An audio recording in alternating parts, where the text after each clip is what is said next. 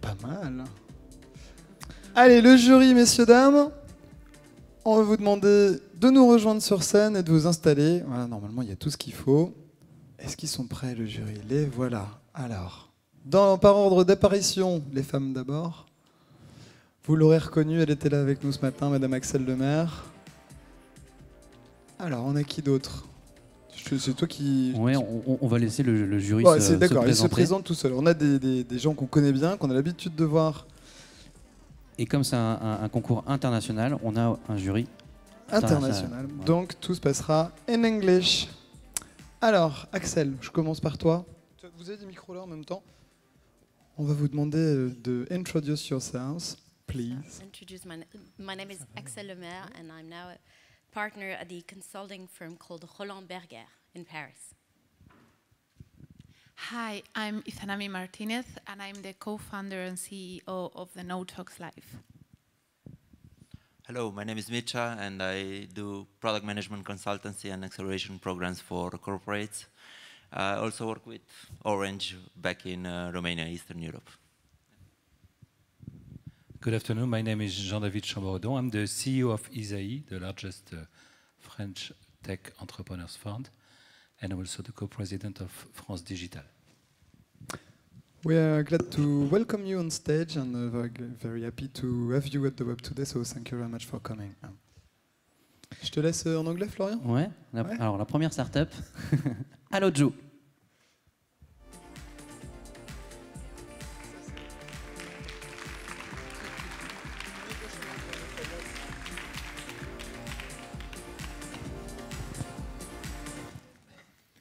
Hello, my name is Sébastien Chotard. Hello, my name is Arnaud Garbi. Sebastian, could you tell me more about AlloJoe? Yes, AlloJoe, it's easy. This is what we do. The car mechanic comes to you at home or at your office. Starting from now, if you have a problem with your car, don't waste your time going to the car repair shop. Ask AlloJoe. So if I understand, during that time I can watch TV or work at my office? Yes, you can do whatever you want. You can ask questions to the mechanic, and this way you will understand precisely what we are doing on your car and what kind of spare parts we are installing on it. So I can talk to the mechanic, no more trick, everything is transparent. Everything is transparent from the code to the car fixing. Just go online, enter your address, enter your license plate, what you need, and you'll get a totally transparent code. This way, I mean, there is no more undetailed global price. It's very important to be transparent. We deliver codes and prices by our side. It's very important. This is the way we can give confidence to the final customers. We deal directly with the suppliers of auto parts to get the right auto parts to install. So I'm sure it's going to cost me a lot. The mechanic comes to me. No, that's not right. Just give you an example. This is one of our customers who asked to change oil and all the filters on his Peugeot. At the Peugeot car dealer, it was 480 euros. At a regular car dealer, it was 290. At AlloJoe, we can do it for 190 at home. I don't understand how it's possible. It's very easy. The price provided by the car dealer are faked. When you buy a new car to a car dealer, they sell it to you with a very low selling price. But after that, they increase the maintenance rates. On the other side, the mechanics working for AlloJoe are independent contractors. There is no structure cost. Okay, come on, I'm sure you are competitive because you contractors you're dealing with are working for nothing. It's like the black market. No, this is not what we're doing with AlloJoe. We don't provide very low prices, as you can see everywhere on the net. Our mechanic makes money. For instance, last month, one of our mechanics made 3,900 euros. It's quite the double compared to the regular market. So if I summarize, I pay less and they earn more. It sounds great. Yes, correct. And let's give you some illustration. We are providing selected mechanics. We are providing car insurance with AXA. And we are providing premium auto parts. So just after the pitch, I can ask for a quote and make a booking. Yeah, that's right. We are already operating in the west of France. We have already delivered about 550 car repair visits at home. And we have the objective to spread all over France, of course. It's a huge market. It's about 35 million car repair visits per year for about 22 billion euros. So feel free to go to AlloJoe.com to make mechanics sexy again. Thank you. Just in time. Thank you.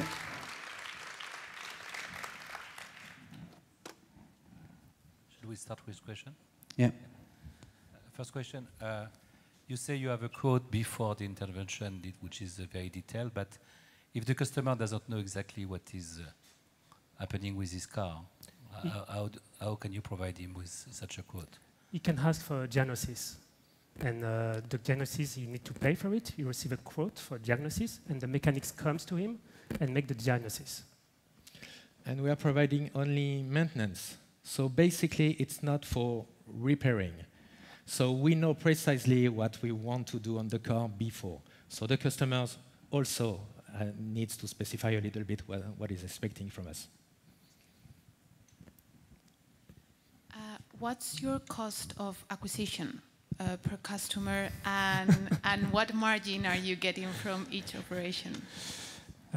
So we know precisely the cost of acquisition. I don't know if I can, because it's going to be on YouTube, so I can give you precisely the cost. It's the same as the market for the moment. But it's below your margin, or it's... No, for the moment, the margin is below the cost of acquisition because we are just starting, and we're working on that difference with a lot of two main ways to automate the way we are buying parts, auto parts, with robots. So we're gonna deal with a lot of suppliers to select the cheapest parts and the best one, and the other way it's to with also robots to customize the price, the quote price. Merci. De rien. What is your do you hear me? What is the go-to-market strategy? Like, what's the growth engine for the next 6 months? We are currently communicating on the market. Maybe some guys from North already know this. This is how we are doing right now. We are doing some street marketing, basically. We are working on PR also, of course. And basically, as we just said, B2C is not, at a short time, the best way, of course, to deal with, to get some money in a very short time. So there is another strategy in terms of go-to-market to optimize, of course, the procurement of auto parts, to increase the margin, which is one part, but the second main part is basically the B2B and to deal with fleets. So in the last 6 months, go-to-market is to improve the critical mass in the west of France, and on the other side to work with. We are now dealing with a B2B main client in Paris.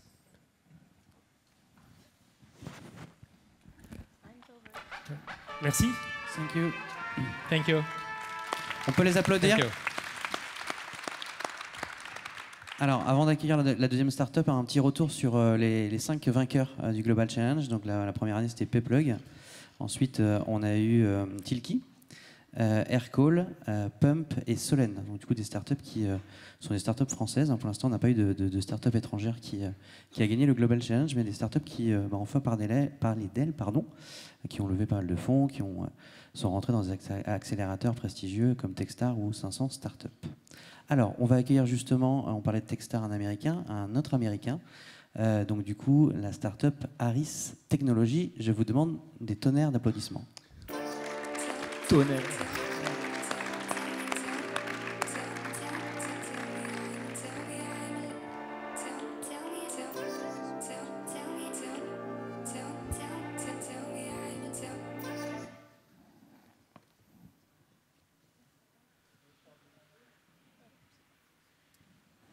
Hello, my name is Mingu. I'm here to represent Aris Technology from Chicago, United States.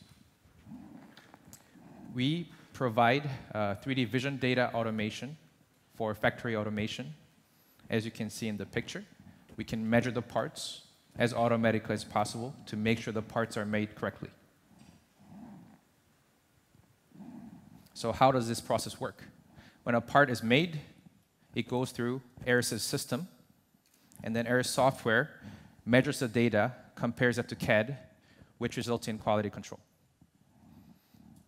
And then you can compare multiple part data against each other for process control, and use the deviation data to actually improve the parts by influencing the CAD design itself.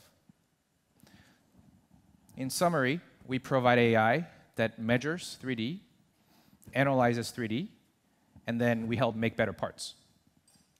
So what do I mean by that? Why do we need AI for robotic 3D scanning?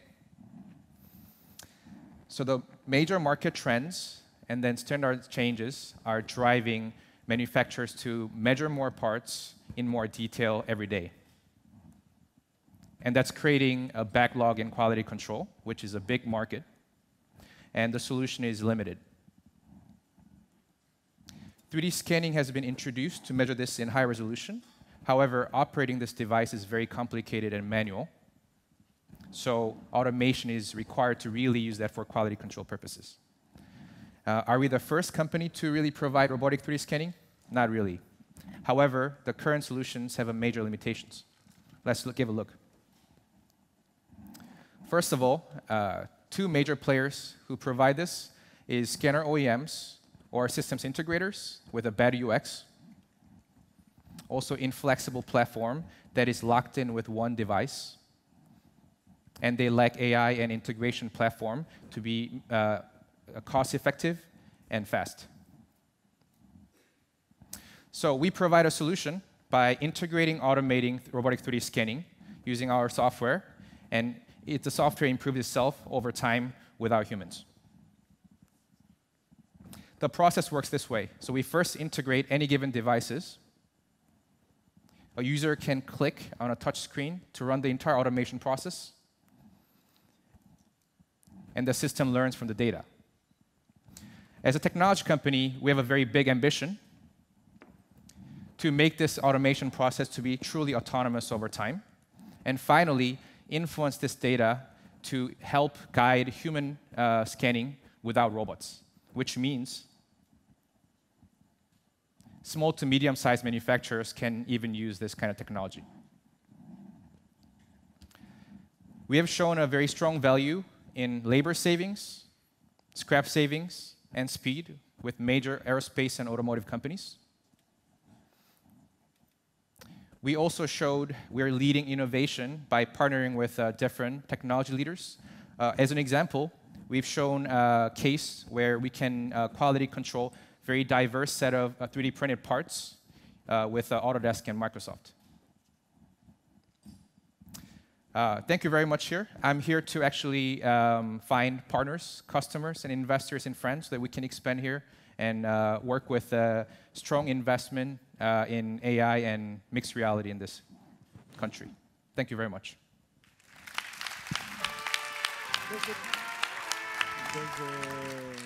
Hi, thanks for your presentation. Thank you.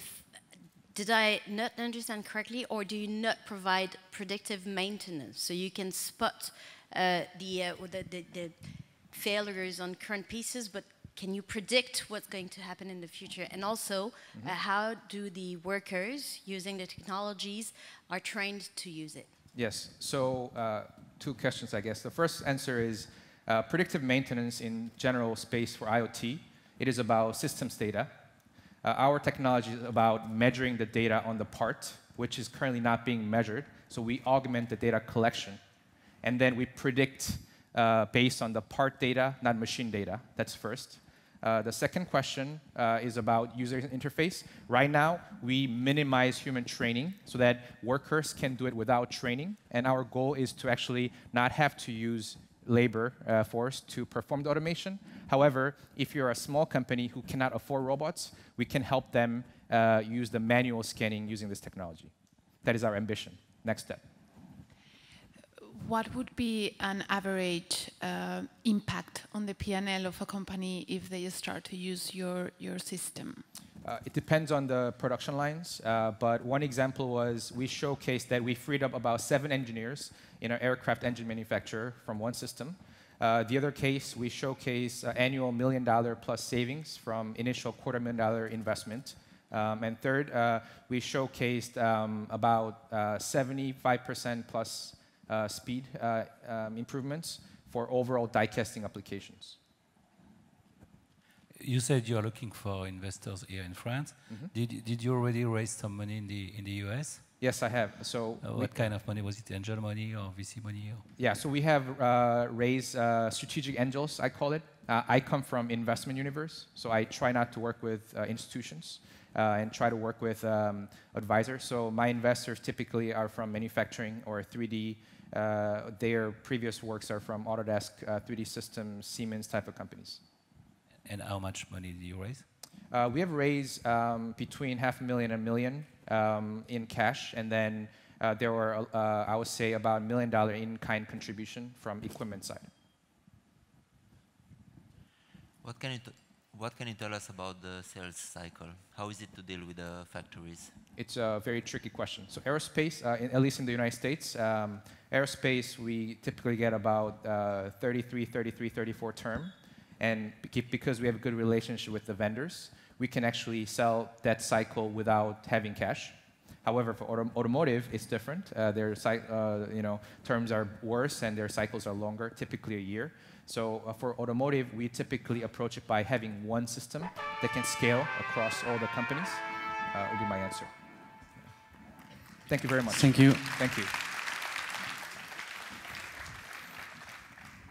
Alors, on va appeler maintenant la troisième start-up qui s'appelle Gibbox. Attends, il faut qu'on tente de les équiper. Ah si, c'est bon.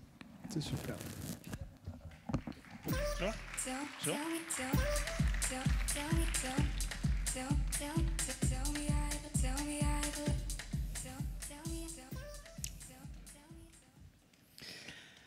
Hi there, my name is Xavier, and I'll be pitching for Gibbox, the next experience of virtual home staging. Well, this is what a real estate developer has to sell in order to get his money from the bank. An empty space, something that does not exist, a housing that does not exist, and clients, they don't buy housing that does not exist. This is what a real developer, real estate agent has to sell in order to make a living. It is an outdated housing, and clients, they can't see themselves living it, so they won't buy it as well. So this is what we do. At Gibbox, we modelize, we help the client imagine what the housing could be using 3D visuals. What we do is from a floor plan, we modelize the housing, and we then create several types of 3D visuals out of it. For instance, the first one, this is the perspective. So this is actually a 3D image. It is something that has been created by a computer, and that helps people see what it is. This one is the 3D plan, so you see it from above. This one is the before-after module, where you could see before and after, and the works that the housing could undertake. This one is the virtual tour, so it helps you walk through the whole housing, all the rooms, and of course it is via a headset ready. All right, cool. What you've seen there is not new. The only bit that is new here is that we do everything in one place. So if it's not new, why bother? Why Gibbox? Well, Oliver is a 3D technology specialist expert, and I know a couple of stuff about web technologies. Together, we managed to create and to optimize the visual creation process so much that we actually are 10 times less expensive, cheaper than the market. For instance, for a perspective, we are 22 euros. We are 20 euros for the before-after, and we are 45 euros for the virtual tour. So this hits all the wallets, especially the real estate agent ones, which is a big issue here. Plus, we've got an order, a form that allows everyone to order visuals very easily. In 3-minute stop, you can order it, and you have your visuals in 4 days. We plan on making 450k euros in the next year, and actually, if our clients stick to their plans, we already have, so this is pretty much good news. France is a 3 million real estate listing from portal, so you've got plenty to do, you've got plenty of houses to sell online at the moment, so but it's not enough. Our real goal here is to go abroad, and we actually, in the next weeks, we will start in Oceania, sell Gibbox. Another good news. We want to be in the marketplaces as well. We're going to have white label services as well, starting at fall. All right, so just, oh, sorry, forgot to tell you about the last visual. This is actually brand new. This is the real-time visit of your housing, so you actually can visit it as if it was in a video game. We are the only one able to do it at the moment from a web model. So this technology is going to come out in the fall, and no one has it so far. So pretty cool. So cheaper, 10 times cheaper, everything in one place. We've got the real-time visits. So this is brand new, and this is called Gibbox. Thank you very much.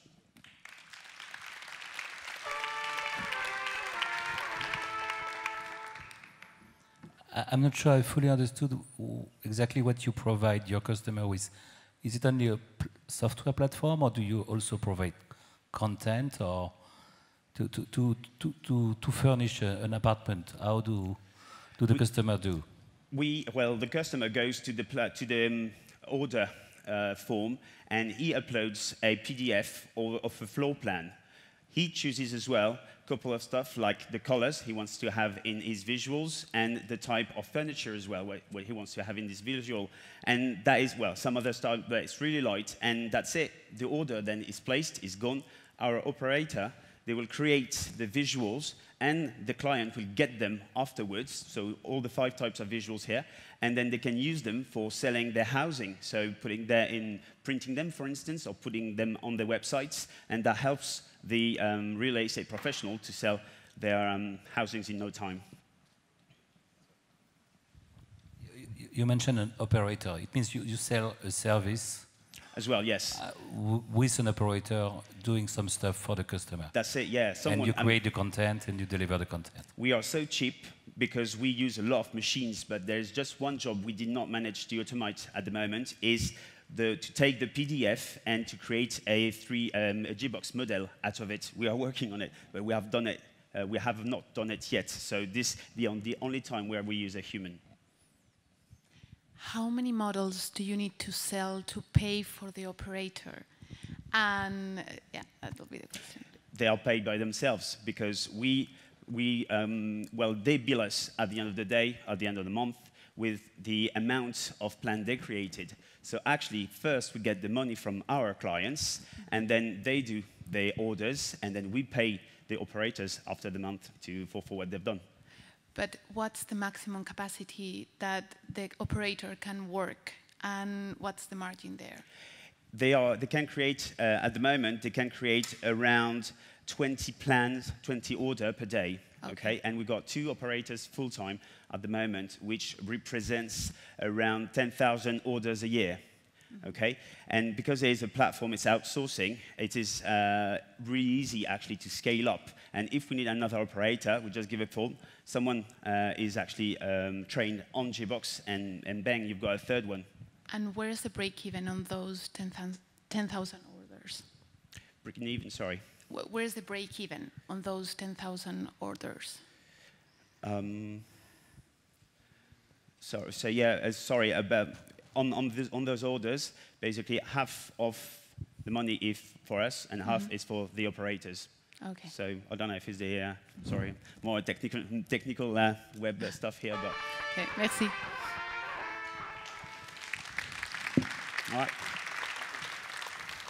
Thank you very much. Thank you very much. Alors, on va accueillir la dernière start-up de cette session, qui est une start-up française qui s'appelle Lovys.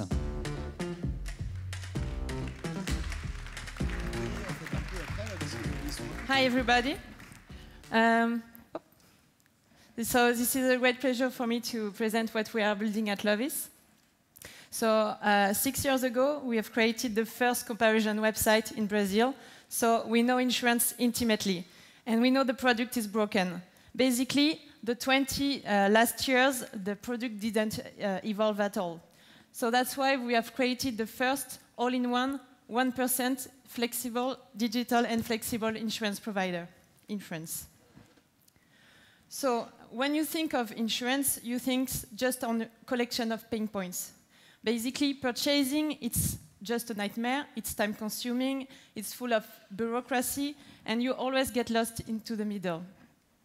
Managing your policy, actually, it's even worse. You always get lost on the track on your policy. You don't know how many you have, how much you're paying per year. You don't know what is specifically covered by your contract. And when the moment of truth came, when you really need to make a claim, this is when it gets funny.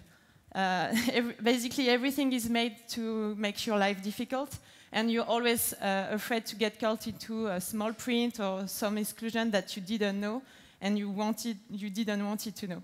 So basically, when we created Lovys, we started with one simple question. How could we make insurance simple, personal, and transparent for customers? So basically, of course, everything now needs to be 100% digital. So with Lovys, you will be able to protect your things that matters to you the most with one-click protection. Everything into the platform with a clear view of what is covered, not covered. As you say, the design is really soft for customers and really understandable. But to make a real difference into the market, we really need to rethink the whole model and the whole way you're purchasing insurance. Basically, insurance right now is just a black box. So to make your life radically easier, we decided to make a single monthly subscription for all your insurance needs. Basically, you have a home, a car, a dog, a laptop. You just have one monthly subscription for all these things with no strings attached. And when you need to make a claim, when you really need to use the insurance, we make it like a small, smooth and simple process. So you can make a claim, enter the platform, select your item, make a claim, and most of the time it's going to be instantly approved. So basically, we are making insurance a paper-based process form to a fully digital customer solution. So we have creating your all-in-one insurance app. And the crazy thing is, this is a huge opportunity. Insurance, the revenue, global revenue pool in insurance is bigger than payment, investment, and lending combined. Simply put, insurance is the biggest long-term opportunity in fintech. And we are not just a fancy ID. We are already live on smartphone insurance in France, and we are being launching soon with different risk taker, home insurance, and car insurance. So you can have your all-in-one protection app. And this is just a beginning. We have the great team to do so. We have created 2 other insurtech in Brazil, so we know insurance deeply. We have a great expertise and B2B2C partnership on the distribution side. And that's it. Thanks a lot. And we are fundraising now.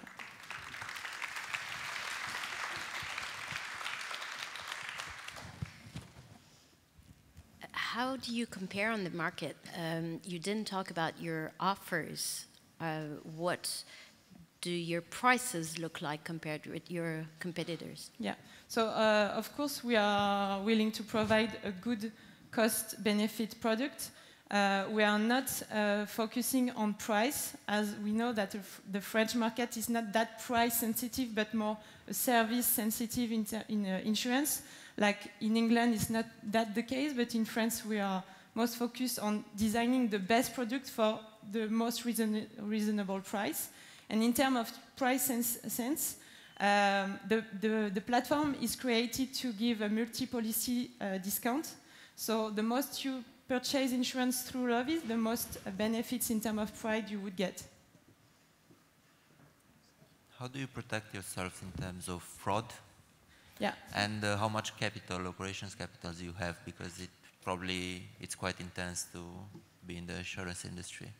So in terms of fraud, so naturally the platform is built that as a result, if you are insuring different elements into a same provider, you naturally reduce the fraud risk because your client is faithful and everything is on the same platform. So like studies and experience show that the fraud reduced naturally.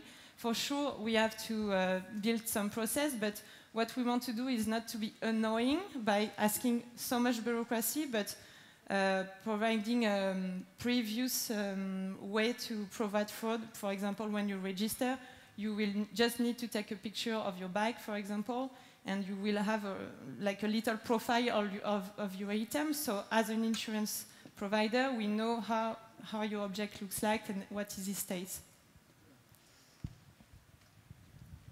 At the beginning of your pitch, you said bad things about the insurer, but will you become an insurance company or will you stay as a broker? Because I understand that you're a broker now. Yeah, so at the moment we are not planning to be an insurance company. We wanted just to launch the quickest possible, so we decided to be a broker and redesign the product with risk taker. Actually, insurance company are our partner for the risk, but we are the owner of the relations with the customer. So we can design, we have a white card with our partners to design the best product for the client and the one who will fit the better on the digital experience we want to get for the end customers. Thanks a lot.